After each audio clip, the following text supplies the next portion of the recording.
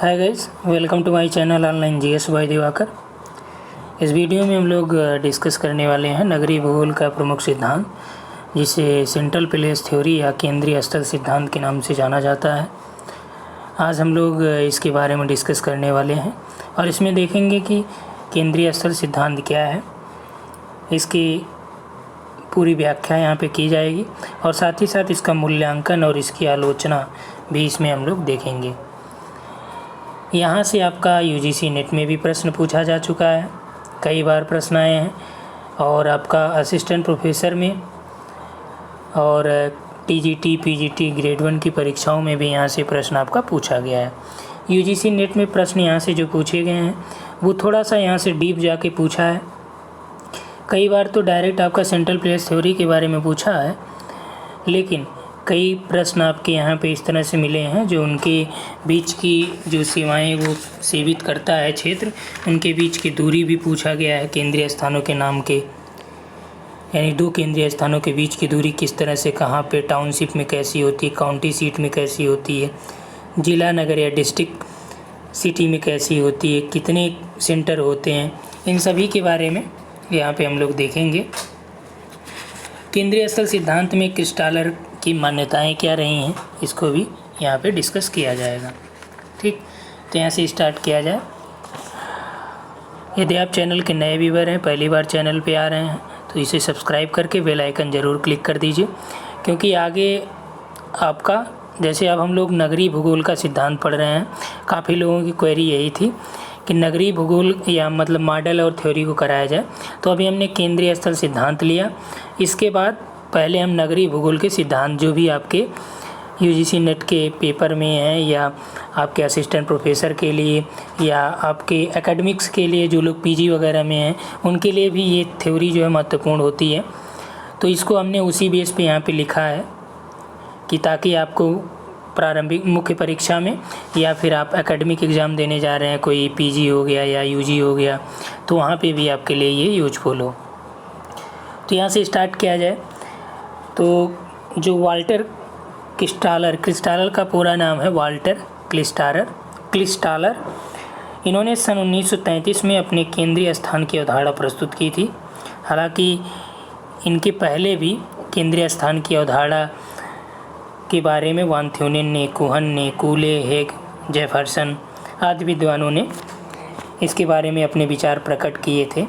फिर भी जो क्रिस्टालर महोदय का केंद्रीय स्थान के बारे में विचार था, ये बहुत ही व्यवस्थित इन्होंने इसका प्रदर्शन किया था, इसीलिए इन्हें केंद्रीय स्थल सिद्धांत का पिता भी माना जाता है, यानी इस सिद्धांत का जनक भी माना जाता है। इन्होंने 1933 में क्रिस्टालर ने दक्षिणी जर्मनी के केंद्रीय स्थानों पर अपना रिसर्च प्रस्तुत किया था और इसी से इनका ये केंद्रीय स्थल सिद्धांत का प्रतिपादन हुआ था। तो इस सिद्धांत के अध्ययन करने से पहले हमारे लिए महत्वपूर्ण ये है कि हम लोग सेंट्रल प्लेस यानी केंद्रीय स्थल के बारे में जानें, उसकी केंद्रीयता के बारे में जानें, ये सब चीज़ें क्या होती हैं।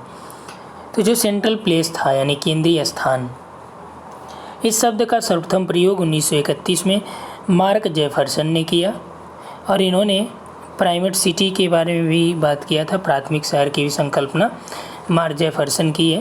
प्राथमिक शहर इन्होंने मैक्सिको को के बारे में बताया था। इससे पूर्व अमेरिकी समाजशास्त्री गाल्पिन महोदय ने 1915 में केंद्रीय स्थान के बारे में बताया था। तो केंद्रीय स्थान के लिए उन्होंने व्यापार केंद्रों की स्थिति के बारे में उन्होंने बताया कि इनकी जो स्थिति है वो हेक्सागोनल होती है, यानी खटकोणीय होती है। इनके सेवा क्षेत्र कैसे होते हैं, वृत्ताकार रूप में होते हैं, जो परस्पर एक दूसरे को क्या करते हैं, ओवरलैप करते हैं। क्लियर। 1927 की बात है कि बोवेक ने केंद्र स्थल सिद्धांत में प्रारंभिक बीजारोपण का दावा किया कि बोवेक महोदय हैं, ये मानते हैं कि सबसे पहले इन्होंने केंद्रीय स्थल सिद्धांत दिया, बोवेक ने 1927 में। 1933 में जर्मन विद्वान वाल्टर क्रिस्टालर ने केंद्र स्थल अवधारणा प्रस्तुत की और इससे पूर्व वान थ्योनेन, कूले, हेग, मार्क जेफरसन, गाल्पिन और बोवेक ने भी केंद्र स्थल से संबंधित विचार प्रकट किए, किंतु इस अवधारणा को सर्वाधिक व्यवस्थित सिद्धांत के रूप में प्रस्तुत करने का श्रेय क्रिस्टालर को जाता है। इन्होंने दक्षिणी जर्मनी के अध्ययन के आधार पे यह आशावादी और निगमनात्मक मॉडल प्रस्तुत किया। तो इनका जो मॉडल है कैसा है, आशावादी और निगमनात्मक मॉडल रहा है। इस सिद्धांत का उद्देश्य था कि बस्तियों के पदानुक्रम या उनके मध्य की दूरी के कारणों की समीक्षा करना, जो इस सिद्धांत के अनुसार बस्तियों की प्रकार्यात्मक और केंद्रीयता पर निर्भर करता है। क्लियर हुआ कि केंद्र स्थल सिद्धांत का जो उद्देश्य था वो क्या था कि बस्तियों का पदानुक्रम और उन बस्तियों के बीच की दूरी के कारणों की समीक्षा करना, और साथ ही साथ बस्तियों, और ये समीक्षा उन्होंने कहा कि ये सिद्धांत किस पे डिपेंड करता है, बस्तियों की प्रकार्यात्मकता और उनकी केंद्रीयता पर। इस सिद्धांत के अनुसार ग्रामीण व नगरीय दोनों प्रकार की बस्तियों के अंतः प्रकार्यात्मक संबंधों को आधार मानकर उनके मध्य की दूरी का निर्धारण किया जाता है और उनके श्रेणीबद्ध वस्तु और सेवाओं परस्पर भी आश्रित रहता है। तो केंद्रीय स्थान शब्द किसने दिया? जेफरसन ने। तो पहले केंद्रीय स्थान को स्पष्ट कर लीजिए, ये क्या होता है। प्रश्न पूछा गया है, केंद्रीय स्थान ऐसा स्थान होता है जो प्रत्येक नगर का अपने चारों ओर के जो ग्रामीण इलाके हैं उनसे भी उसका गहरा संबंध होता है, यानी देहाती जो इलाके हैं। नगर के आसपास के ग्रामीण क्षेत्रों की कुछ विशेष कार्य या सेवाएं करता है और बदले में उस क्षेत्र से सेवाएं भी प्राप्त करता है। इस प्रकार नगर और उसके चारों ओर फैले ग्रामीण इलाकों की आवश्यकताएं पूरी होती हैं। तो केंद्रीय स्थल केवल जनसंख्या का ही समूह नहीं होता, बल्कि यहाँ पे व्यापार, उद्योग, सामाजिक सेवा का भी स्थान होता है। ठीक, तो केंद्रीय स्थान क्या होता है कि मान लीजिए आप किसी के लिए, या मान लीजिए आपका घर शहर से 5 किलोमीटर दूर है। अब शहर का कोई इलाका यहाँ पे है, या सभी शहरों में सिविल लाइंस वगैरह होते ही हैं। मान लीजिए आपका सिविल लाइंस में ज़्यादा यहाँ पे सामान वगैरह की दुकानें हैं और यहाँ पे थोक की दुकानें उपलब्ध हैं। तो आप अपने दुकानों के लिए सामान और अपने निजी जीवन के लिए जो ज़रूरी सामान है उसकी उपलब्धता आपको कहाँ से होती है? यही सेंट्रल प्लेस से यानी सिविल लाइन से होती है। तो सिविल लाइंस क्या हो जाएगा आपके लिए, और इस पूरे शहर के लिए क्या हो जाएगा? ये सेंट्रल प्लेस हो जाएगा। जैसे शहरों में लगभग चौक होते हैं, तो ये आपके सेंट्रल प्लेस होते हैं, क्योंकि यहाँ पे आपका वस्तु और सेवाओं का संकेंद्रण पाया जाता है। ठीक, तो ये ज़रूरी नहीं कि एक ज़िले या एक प्रदेश में या एक शहर में एक ही सेंट्रल प्लेस हो, तो अलग अलग सेंट्रल प्लेस भी हो सकते हैं। व्यापार केंद्र अलग हो सकता है और आपका जो ज़रूरी सामान वाला अलग है, प्रशासनिक केंद्र अलग हो सकता है। तो ये जो इसकी निर्भरता इस पे रहती है, इसी को क्या बोलते हैं? सेंट्रल प्लेस कहते हैं। ठीक, एक प्रश्न इस तरह से आपका यूजीसी में पूछा भी गया था, तो ये इसी का ही उदाहरण स्पष्ट करता है। अब क्रिस्टालर की कुछ मान्यताएं भी रही थी, तो इन मान्यताओं को भी देख लिया जाए। उसके पहले इसमें सेंट्रलिटी जो है या केंद्रीयता क्या होती है उसको भी जान लीजिए कि प्रत्येक केंद्रीय स्थान क्या होता है कि परिवहन मार्गों के मिलन स्थान पर ही केंद्रित होता है। तो ये अपने आसपास के इलाकों को सेवा उपलब्ध कराता है विभिन्न मार्गों की उपलब्धता की वजह से। इस सिद्धांत की क्या मान्यताएं रही हैं कि अध्ययन के भौगोलिक चरों में एकरूपता हो, यानी कि जो भी अध्ययन क्षेत्र है उसके भौगोलिक चर में एकरूपता होनी चाहिए, ऐसा इनकी मान्यता थी। और साथ ही साथ इन्होंने ये माना कि इन्होंने समदैशिक मैदान की संकल्पना की थी, यानी कि जो मैदान हो या जो आपका एरिया, इन्होंने बात किया था क्रिस्टालर महोदय ने, कि वो आपका समतल धरातल हो, जलवायु, जनसंख्या, संसाधन, स्थलाकृति, मृदा की उर्वरता और विभिन्न प्रकार के जो अन्य भौगोलिक चर हैं सभी समान हों और जो बाह्य प्रभाव से भी मुक्त हों। यानी कि सेंट्रल प्लेस की बात उन्होंने कहा कि जो अध्ययन प्रदेश होना चाहिए कैसा होना चाहिए? समदैशिक होना चाहिए, वहाँ सभी प्रकार की समानताएं विद्यमान हों, सभी दिशाओं में यातायात के समान एवं स्वतंत्र साधन उपलब्ध हों तथा परिवहन व्यय दूरी के अनुपात में वितरित होता है। ये मोस्ट इम्पॉर्टेंट है, इसको नोट डाउन कर लीजिए। परिवहन व्यय यानी कि जो आपका आने जाने का खर्चा है वो दूरी के हिसाब से अलग अलग होगा। मान लीजिए आप 5 किलोमीटर से आ रहे हैं तो उसका किराया अलग होगा, आप 50 किलोमीटर से आ रहे हैं, 10 किलोमीटर से आ रहे हैं, उसका किराया अलग होगा। प्रत्येक मानव आर्थिक एवं विवेकशील है जो आर्थिक लाभ के लिए विवेकपूर्ण निर्णय लेता है। मान्यता है इनकी। अब इन मान्यताओं के आधार पर जो सिद्धांत दिए गए हैं उन सिद्धांतों की बात कर ली जाए कि इन सिद्धांतों में दिए गए जो प्रमुख बातें थीं, पहला ये कि केंद्रीयता का सिद्धांत। केंद्रीयता का अर्थ होता है किसी केंद्र स्थल के द्वारा सेवित भूभाग से, जबकि केंद्र स्थल का तात्पर्य या स्थान का तात्पर्य क्या होता है कि वह अधिवास या केंद्र से होता है जो अपने चतुर्दिक यानी चारों तरफ स्थित प्रभाव क्षेत्र के लिए आवश्यक वस्तुओं और सेवाओं की आपूर्ति करे। केंद्रीयता का मतलब किसी केंद्र स्थल द्वारा सेवित भूभाग।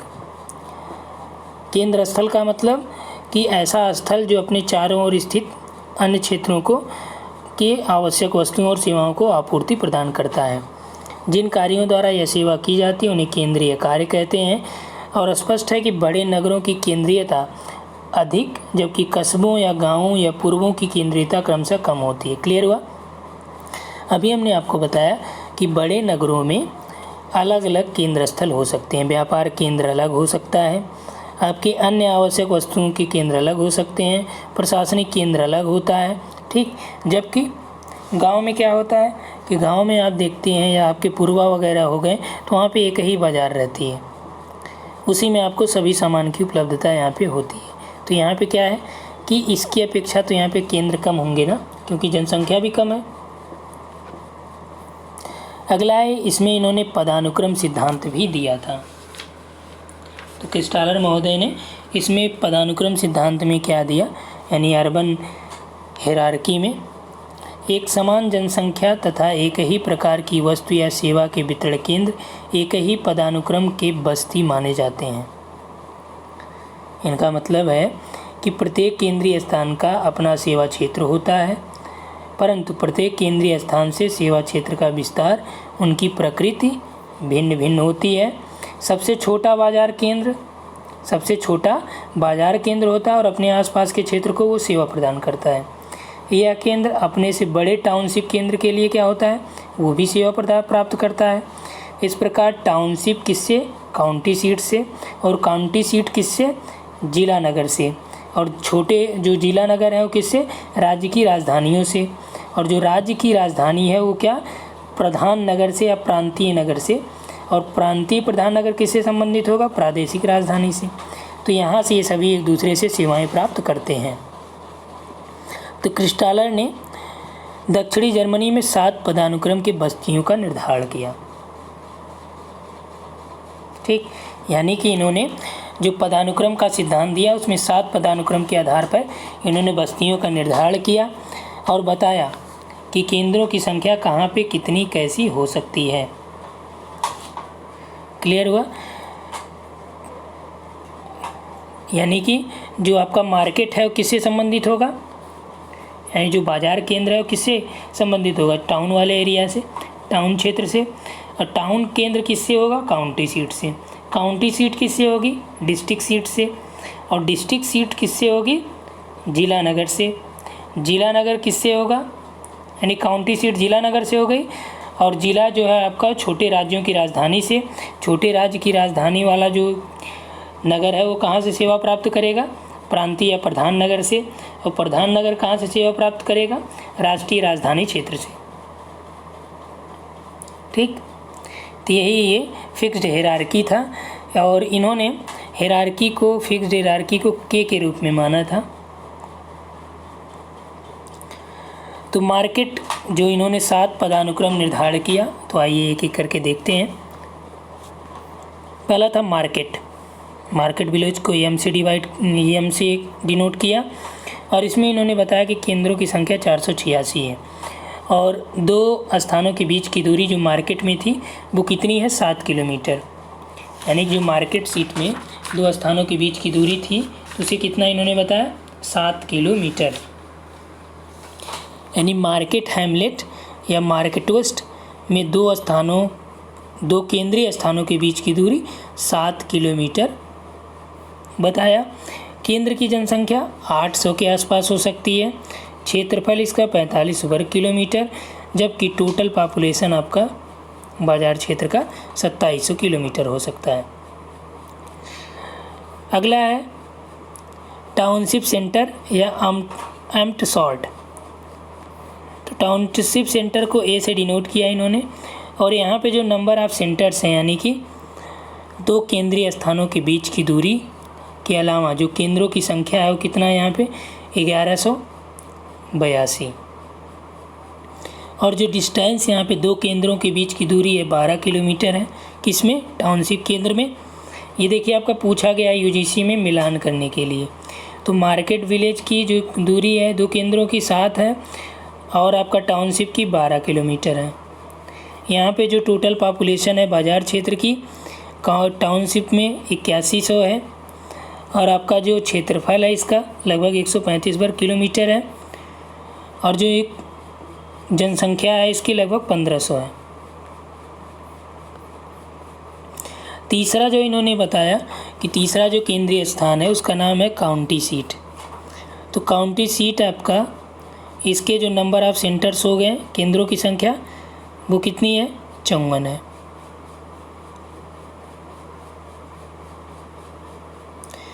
काउंटी सीट में यहाँ पे आपका तो ये केंद्र की संख्या आपको याद रखनी है, इसमें 54 है। दो केंद्रीय स्थानों के बीच की दूरी 21 किलोमीटर है, और पॉपुलेशन जो है बाजार की वो आपका कितना है? 3500 है, और जो पॉपुलेशन है टोटल 24,000 है बाजार क्षेत्र की, और एरिया कितना है? 400 किलोमीटर वर्ग किलोमीटर है।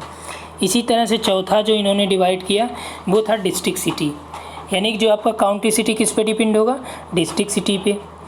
डिस्ट्रिक्ट सिटी में जो आपका नंबर ऑफ सेंटर्स होंगे वो 18 हैं, और इसमें आपका 36 किलोमीटर दूरी बात की गई, और पॉपुलेशन जो है 9,000, टोटल पॉपुलेशन 75,000 वर्ग किलोमीटर, जो क्षेत्रफल है वो 1200 है। और ये आपका डिपेंड होगा स्मॉल स्टेट कैपिटल से। इसमें जो नंबर ऑफ सेंटर्स हैं वो 6 हैं, और यहाँ पे आपका 62 किलोमीटर केंद्रों के बीच की दूरी है केंद्रीय स्थान की, 27,000 पॉपुलेशन है, और 2,25,000 टोटल पॉपुलेशन है, 3600 वर्ग किलोमीटर एरिया है। छठा जो इन्होंने डिवाइड किया वो है प्रोविंशियल हेड सिटी, प्रांतीय प्रधान नगर। इसमें जो नंबर ऑफ सेंटर्स होते हैं प्रधान नगर में 2, डिस्टेंस एक दूसरे के बीच की दूरी 108, 90,000 पॉपुलेशन, टोटल 6,75,000 और 10,800 वर्ग किलोमीटर का लगभग क्षेत्रफल।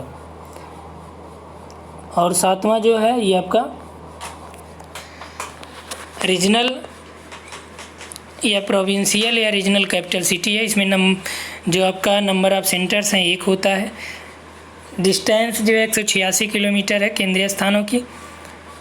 3 लाख जो है जनसंख्या है, टोटल पॉपुलेशन 20 लाख के आसपास है, और जो क्षेत्रफल है लगभग 32,400 है। तो यहाँ पे आपको ये क्षेत्र इससे कोई मतलब नहीं है, बस केवल ये देखना है आपको डिस्टेंस, यानी जो दो केंद्रीय स्थानों के बीच की दूरी।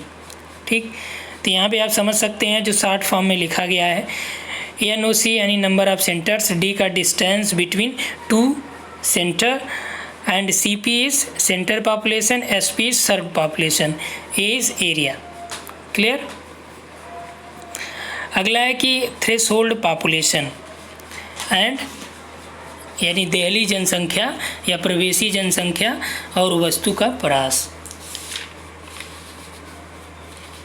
ठीक, तो इसमें क्या है कि किसी केंद्र स्थल पे उपलब्ध हुआ न्यूनतम जनसंख्या जो किसी कार्य को निष्पादित करने के लिए आवश्यक हो उसे थ्रेशोल्ड पॉपुलेशन कहते हैं। यही वाला आपका UGC में पूछा था, डायरेक्ट यही दिया था और पूछा था कि यह किसके बारे में है। तो किसी केंद्र स्थल पर उपलब्ध हुआ न्यूनतम जनसंख्या जो किसी कार्य को निष्पादित करने के लिए आवश्यक हो उसे थ्रेशोल्ड पॉपुलेशन कहते हैं। किसी केंद्र स्थल के चतुर्दिक स्थित वह क्षेत्र जहाँ तक उस वस्तु का क्रय होता है उस क्षेत्र को, उस वस्तु का परास कहते हैं। क्लियर हुआ कि किसी वस्तु का परास क्या होगा। मान लीजिए ये वस्तु यहाँ पे कोई दुकान है, इसके द्वारा यहाँ तक लोग खरीदने आ रहे हैं, तो इस दुकान की परास कितनी हो गई, इतना ही तो हुआ, यानी इस दुकान की परास इतनी हो गई, ये पूरा। तो इसे कहेंगे वस्तु का परास जहाँ तक वह वस्तु का क्रय हो। एग्जाम्पल के लिए आप देख सकते हैं कि किसी केंद्र स्थल पर निर्मित पावरोटी का जो सेवित क्षेत्र है उसी केंद्र स्थल से प्रकाशित किसी समाचार पत्र के सेवित क्षेत्र से छोटा होगा। क्यों छोटा होगा? क्योंकि समाचार जो पत्र है वह आपका न केवल पावरोटी के क्षेत्र तक ही सीमित रहेगा, बल्कि बहुत दूरी तक इसका उपयोग किया जाएगा। सहायक क्षेत्र या सेवित क्षेत्र की आकृति भी इस पर डिपेंड करती है। तो किसी स्थल केंद्र स्थल के सेवित क्षेत्र की आकृति वृत्ताकार होनी चाहिए, जिसमें केंद्र स्थल से किसी भी दिशा में सेवित क्षेत्र की दूरी समान हो। किंतु इस दशा में यदि वृत्त स्पर्शी हैं तो उनके असेवित क्षेत्र भी छूट जाएंगे। कैसे?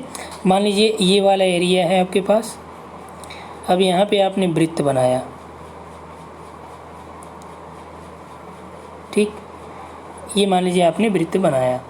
अब वृत्त में आपको दो चीज़ें स्पष्ट हो रही होगी, एक तो ये वाला एरिया ये छूट जा रहा है, ये भी छूट जा रहा है, ये भी छूट जा रहा है, ये भी छूट जा रहा है।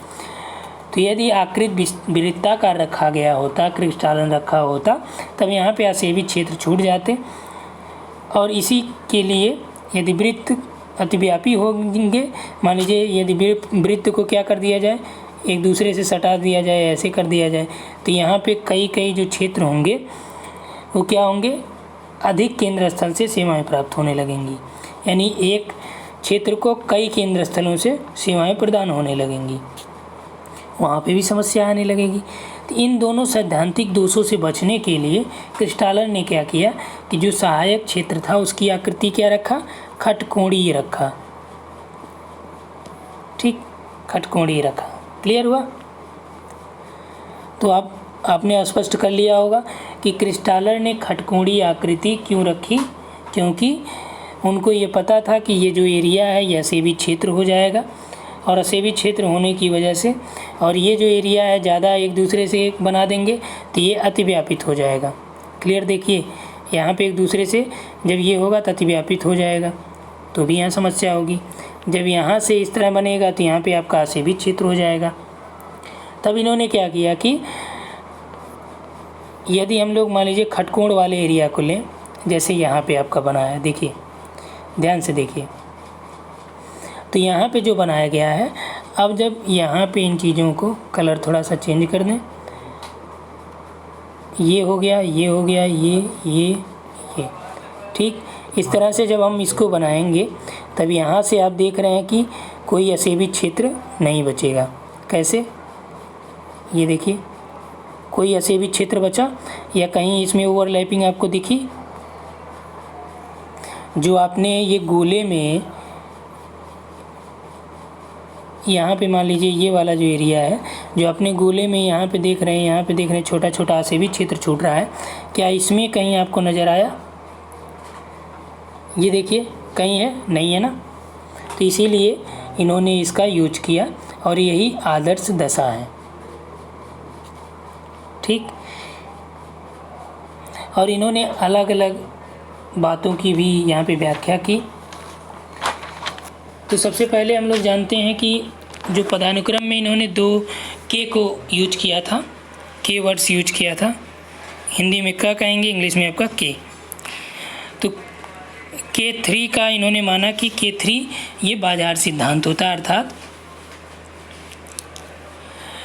कि K3 का जो हायरार्की है इसमें इस नियम के अनुसार निम्न क्रम के केंद्र एक उच्च क्रम के केंद्र के खटकोणी सेवा क्षेत्र के 6 कोनों पर स्थित होते हैं। यानी K3 का पदानुक्रम का अर्थ होता है कि प्रत्येक उच्चतर क्रम का केंद्रीय स्थान 3 केंद्रों को सेवा प्रदान करेगा। ठीक, यूँ कहें तो 6 निम्न क्रम के केंद्र केंद्र केंद्रीय स्थान से सेवा प्राप्त करते हैं, लेकिन वास्तव में निम्न केंद्र की दूरी 1/3 जनसंख्या को ही सेवित कर पाती है। चलिए इसको बना के आपको दिखाते हैं, क्योंकि बिना बनाए यहाँ पे क्लियर आप नहीं कर पाएंगे। तो ये मान लीजिए आपका इस तरह से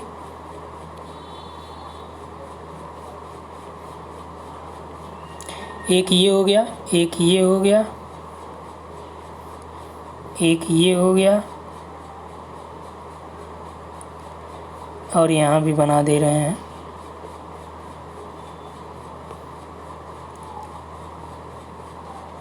ठीक, इस तरह से आपका टोटल ये 6 बन जाएगा। नीचे भी बनाना पड़ेगा। कितने हुए? 2, 2 4, 2 6। ठीक, अब यहाँ से थोड़ा सा कलर चेंज करें। अब देखिए यहाँ पे क्या किया जाए कि एक आपका ये तो हो गया मेन, यानी सेंटर वाला। अब ये कह रहा है कि अलग अलग ये एक सेंटर किससे किससे हो जाएगा, यहाँ से, यहाँ से, यहाँ से, और आपका ये यहाँ से, यहाँ से, यहाँ से, यानी इसको आप कायदे से बनाएंगे तो बन जाएगा। यहाँ पे देखिए ये वाला बनाया गया है। यहाँ पे जो एक सेंटर हो गया ये वाला, ध्यान से देखिए ये कितने क्षेत्रों को सेवित कर रहा है। यदि इसको आप देखेंगे, ये वाला ध्यान से देखिए, तो ये क्या है, 1/3 को ही तो सेवित कर पाएगा, यानी 3 एरिया को सेवित कर रहा है तो 1/3 को ही तो कर पाएगा। तो इसलिए 1/3 कितने में है, 1 2 3 4 5 6 केंद्रों को सेवित करेगा। तो 1/3 1/3 6 बार जब आप करेंगे, 1 2 3 4 5, एक बार और, तो तीनों को जब आप जोड़ेंगे तो कितना हो जाएगा, ये टोटल 6 हो जाएगा। टोटल कितना होगा, 6 हो जाएगा, और डिवाइड बाई 3। लेकिन एक आपके पास सेंटर है ये वाला, तो +1, तो 3 दूनी 6 और 1, यानी कि आपका ये 2 1 3 हो जाएगा। क्लियर? इसको आप किसी भी किताब में ऐसे ही देख लीजिएगा। यहाँ पे जो बनाया गया थोड़ा सा छोटा बन गया है, इसलिए आपको यहाँ पे स्पष्ट नहीं होगा, और बहुत ज़्यादा हम बनाने लगेंगे तो उसके चक्कर में बहुत लंबा हो जाएगा वीडियो। और इसी तरह से आपको जब K4 करना होगा तो K4 क्या हो जाएगा आपका, लगभग कितने केंद्रों को, वो भी आपका 6 केंद्रों को ही करेगा। तो 6 केंद्रों को जब ये करेगा तो यहाँ से आप देखिए ये वाला, तो यहाँ पे आपने देखा कि ये जो सेवित कर रहा है इस तरह से ऐसे जा रहा है। ठीक, या आप इसको इस तरह से भी कह सकते हैं,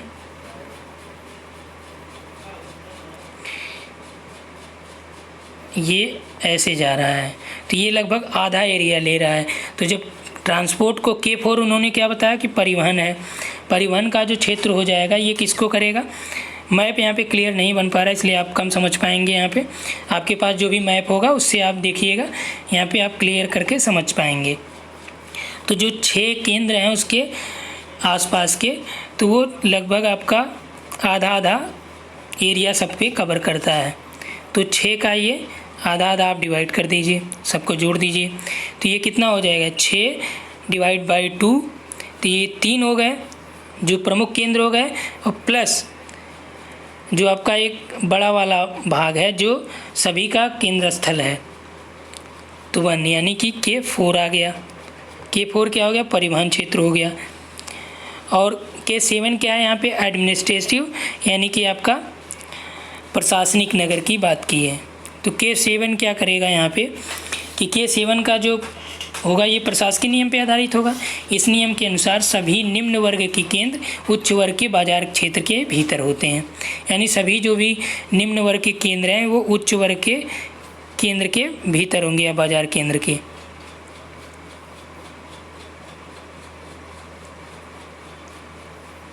ठीक, इस तरह से इसमें हो जाता है।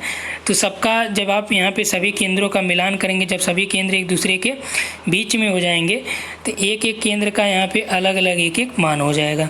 यानी एक केंद्र यहाँ पे हो गया, एक केंद्र यहाँ पे, एक केंद्र यहाँ पे, एक यहाँ पे, एक यहाँ पे, एक यहाँ पे, कितने हो गए 3 6 और एक केंद्र आपका यहाँ के है।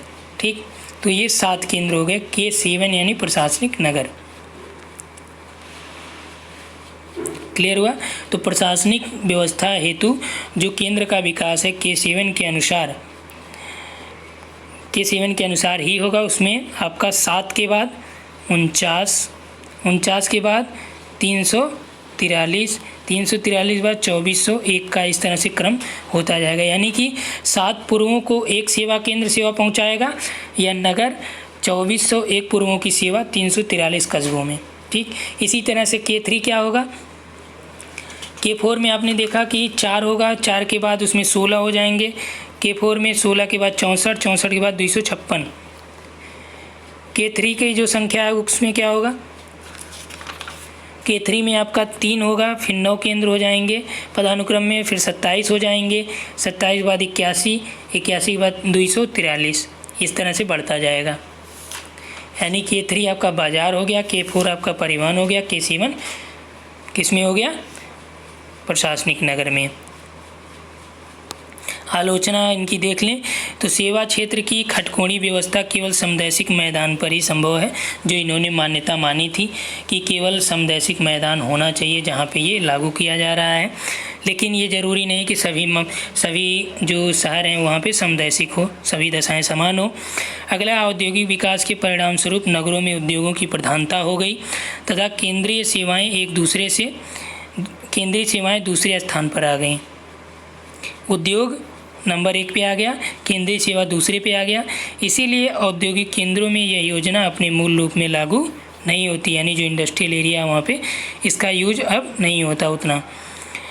के मूल्य के निर्धारण में प्रयुक्त नियम अत्यंत कठोर और स्थैतिक हैं।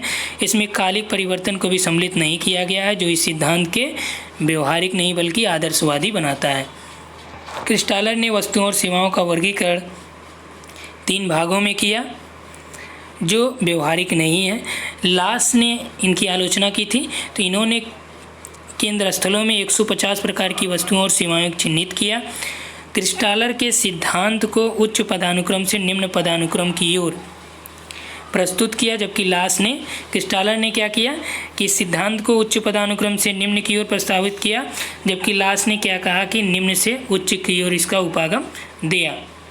क्रिस्टालर ने अपने सिद्धांत में समाजशास्त्री विश्लेषण पर ज़्यादा बल दिया। यदि इसमें आर्थिक विश्लेषण पर जोर दिया गया होता तो यह सिद्धांत और प्रासंगिक होता। लास ने केवल आर्थिक विश्लेषणों पर ही जोर दिया, इसलिए लास का इसमें ज़्यादा महत्व इनका बढ़ जाता है। तो लास ने जो अपनी केंद्रीय स्थल सेंट्रल प्लेस की थ्योरी दी थी, तो उसने 1940 में इसे जर्मन भाषा में प्रस्तुत किया था। बाद में 1954 में इसका अंग्रेजी अनुवाद किया गया। यह आपका कैसा उपागम रहा है, यह आदर्शवादी मॉडल के रूप में जाना जाता है। ठीक, अब यहाँ पे देखिए कुछ और बातें हैं जो महत्वपूर्ण है, आप नोट डाउन कर लीजिए कि इनके मूल्यांकन में इन्होंने माना कि किसने, केंद्रीय स्थल सिद्धांत में क्रिस्टालर ने माना कि 2 बड़े वर्ग के केंद्रों में छोटे वर्ग के केंद्रों से √3 गुना दूरी होती है। कितनी दूरी होती है, √3 गुना दूरी होती है। ठीक, इनका ये मानना था। और इन्होंने टेलीफोन को भी इसमें शामिल किया था, जो सूचक था इनका मेजर का, तो टेलीफोन था। ये पूछा गया प्रश्न है, टेलीफोन था। क्रिस्टालर ने जो अकेली जनसंख्या केंद्रीयता का सूचक नहीं होती इन्होंने माना, बल्कि टेलीफोन हो गया, वास्तविक सेवा हो गई, मोटर गाड़ियाँ हो गई, ये सभी भी केंद्रीयता के सूचक हैं। यानी एक्चुअल सर्विसेज, ऑटोमोबाइल्स, ये सभी केंद्रीयता की सूचक मानी जाती हैं। और उन्होंने जो दूरी की भी बात की थी, क्रिस्टालर ने बताया कि जो आपका निम्न केंद्रों की अपेक्षा उच्च केंद्रों के बीच की जो दूरी होती है उसमें अंतर कितना होता है, √3 का होता है।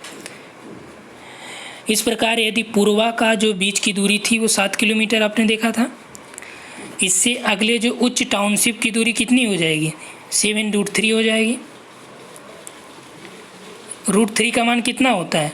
1.732 √3 का मान। तो 7 का इसमें आप गुणा कर देंगे तो आपका आ जाएगा टाउनशिप केंद्रों के बीच की दूरी। फिर टाउनशिप और डिस्ट्रिक्ट की अगर आपको निकालनी है, टाउनशिप की और काउंटी की निकालनी है, तो उसमें भी जो इसमें आएगा 7√3 में फिर √3 का गुणा करिए, यानी 7×3 = 21। इसमें आ जाएगा आपका 12 किलोमीटर टाउनशिप में, काउंटी में आ जाएगा 7×21 किलोमीटर, क्योंकि √3 का √3 में गुणा होगा तो ये 3 हो जाता है, तो 7×3 हो जाएगा। ठीक, इसी तरह से आपका काउंटी से डिस्ट्रिक्ट में जाएंगे तो वो भी आपका इसी तरह से होगा। तो जो ये पूरा क्रमिक अनुपात है छोटे से बड़े शहरों के बीच, तो आपको हमने यहाँ पे डिफाइन कर दिया है। तो उम्मीद है आप लोगों को समझ में आया होगा, और इसमें से जो प्रश्न आता है उसको भी हमने बता दिया। प्रश्न केवल यहाँ पे ये पूछेगा, बहुत ज़्यादा डीप बनाएगा तो केंद्रों के बीच की दूरी पूछ लेता है। उसके अलावा यहाँ पे आपका K4, K3, K7 पूछता है, मान्यता पूछ सकता है। ठीक, कब इन्होंने चालू लगाया या कब ये लागू किया, कहाँ पे किन क्षेत्रों में, दक्षिणी जर्मनी में, तो ये सभी यहाँ से पूछे जा सकते हैं। ठीक, तो इस वीडियो में इतना ही। Thanks for watching.